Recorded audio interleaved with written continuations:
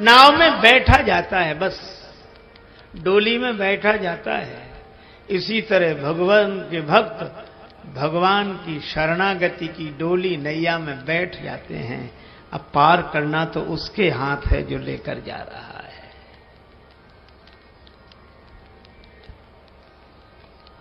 रथ में बैठे हुए लोग धर्मात्मा हैं। धर्म रथ का वर्णन है मानस में।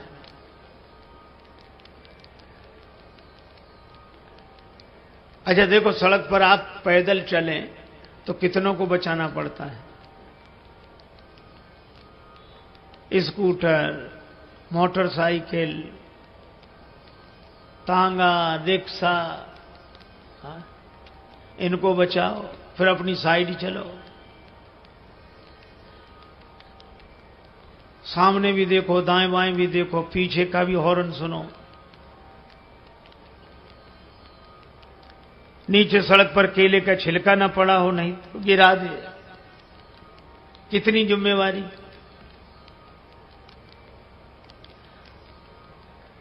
एक आदमी था, सिर झुकाकर चलता था, किसी से भी टक्कर हो जाए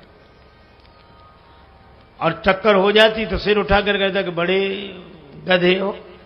लोग हंसते थे कि खुद टक्कर मारता, हमें गधा बोलता है। एक दिन सिर झुकाए जा रहा था, गधे से ही टक्कर हो गई तो सिर उठाकर बोला बड़े, और जो देखा कि गधा है, बोले अब आप तो आप ही हो, आपसे क्या कहना।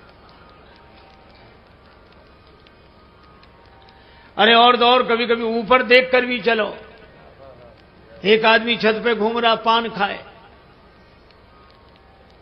नीचे से एक सज्जन निकल रहे थे, उसने बिना नीचे देख के पान की पीक चला दी, बेचारे के सिर पे गिरी।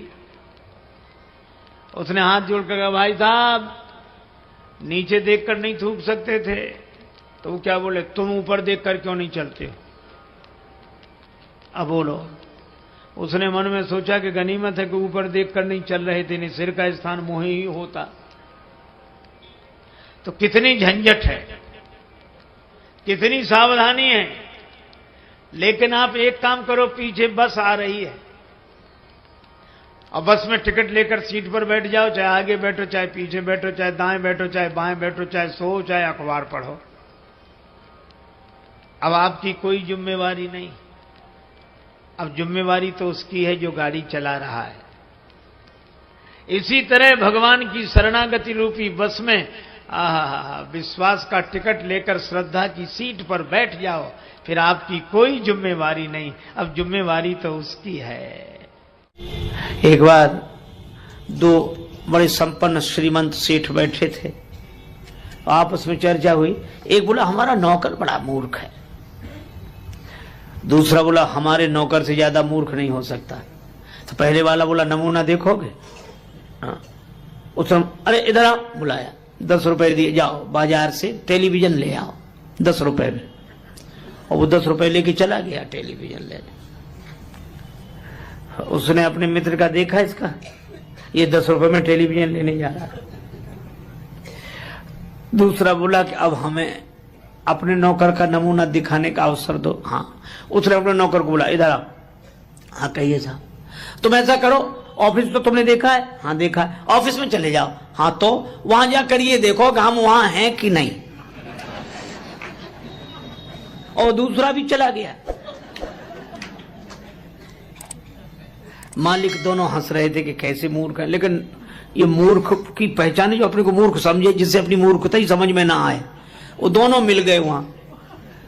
नौकर मिले तो कहने लगे हमारा मालिक बड़ा मूर्ख है। क्यों? कह रहा था 10 रुपए में टेलीविजन ले आओ। टेलीविजन तो हम 4 ले जाते, पर उसे ये तो सोचना चाहिए था आज इतवार है, बाजार बंद है। बोलो। और दूसरा क्या कहता है कि हमारा मालिक और ना समझ हमसे कहता था ऑफिस में जाके देखो कि हम वहां हैं कि नहीं। हमको भेजने की क्या जरूरत थी, फोन नहीं कर सकता था।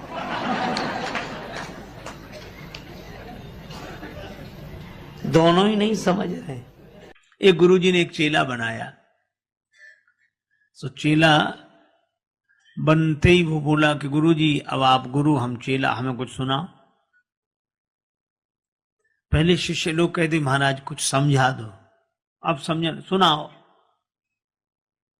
तो गुरुजी ने कहा कि बेटा राम राम किया करो। अरे कहा ये साधारण सब लोग लेते, इसमें क्या है। गुरु जी भी समझ गए एक चेला नहीं गुरु ही मिला है। तो गुरु जी ने कहा बेटा रामायण, रामचरितमानस, रामायण और सब, बोले ये भी साधारण चीज, सब लोग गाते हैं, रामायण में क्या है, ऊंचा सुनाओ, ऊंची बात। गुरु जी ने कहा फिर गीता, हाँ ये कुछ चलेगी। तो गुरु जी बोले महात्मा आज सुनाते हैं, गीता कल सुनाएंगे, महात्मा ही सुनाओ। तो गुरु जी ने वही श्लोक, सर्वोपनिषदो गावो दुग्धा गोपाल नंदना, और 12 सभी उपनिषद जो हैं सो गाय हैं, दोहने वाले भगवान श्री कृष्ण हैं, और यह गीता ज्ञान ही दुग्ध है, पान करने वाला बछड़ा अर्जुन है। और चेला कहे वाह महाराज, आ महाराज क्या बात, क्या बात, वाह वाह वाह। सो गुरु जी 1 घंटे की जगह 1.5 घंटे बोलते रहे। बाद में गुरु जी ने कहा कि बेटा कुछ समझ में ना आया हो तो पूछ लो। बोला हमें समझना है, आप कम समझाते हो, हम ज्यादा समझते हैं। गुरु जी ने मन ही मन कहा कि हम ही नहीं समझ पाए पहले तुम्हें, लेकिन फिर भी कहा कि हम गुरु जी हैं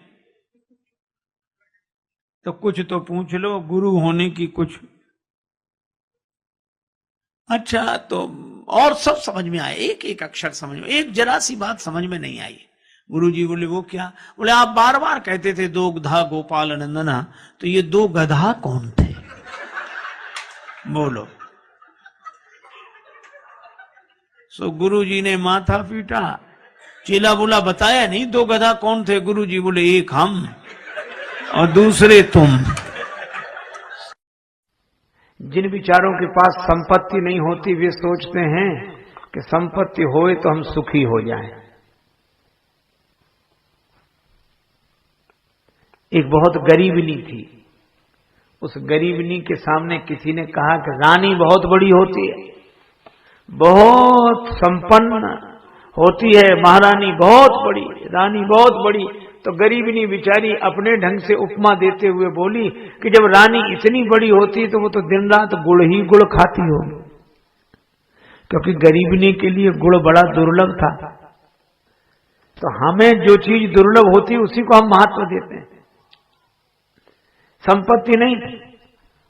संपत्ति हो जाए तो सुखी हो जाए, सब दिमाग काम करने लगे, सब तरह से ठीक हो जाए, संपत्ति बात सही है। लेकिन संपत्ति का अगर सुख से संबंध होता, शांति से संबंध होता, तो महाराज मनु सुखी हो गए होते। हां इतना जरूर है कि संपत्ति साधन है, यह व्यवहारिक जगत में हमें निश्चिंत कर देते। अच्छा देखो, संपत्ति पाकर हम सुखी इसलिए नहीं हो सकते हैं क्योंकि हमें जिस देश में जाना है वहां संपत्ति साथ नहीं जा सकती, ये तो यहीं रह जाएगी।